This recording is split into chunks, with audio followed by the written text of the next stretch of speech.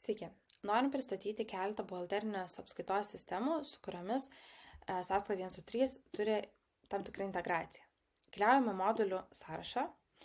Žymos pagalba galim išsifiltruoti apskaitai tinkamus modulius ir pamatysite keletą sistemų, kurių modulius įdiegus jau galėsite eksportuoti sąskaitų sąnaudų informaciją būtent tai sistemai tinkamu formatu. Tai kaip pavyzdį pasimsime debetas.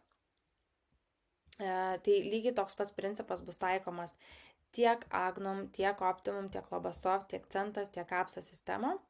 Tai įdiegiame modulį. Jį įdiegus keliaujame į sąskaitų sąrašą. Eksportavimo metu, mygtukas dešinėje, jūs galėsite pasirinkti formatą, tai kaip pavyzdys, debetas programai ir šiai sistemai tinkamu formatu eksportuoti sąskaitas.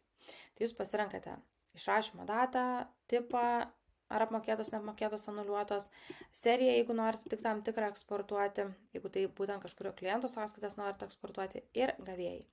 Suformuotas failas bus atsiųstas jums į elektroninį paštą ir jį galėsite lengvai importuoti jau į savo norimą buhalterinę apskaitos sistemą. Tai gero naudojimo.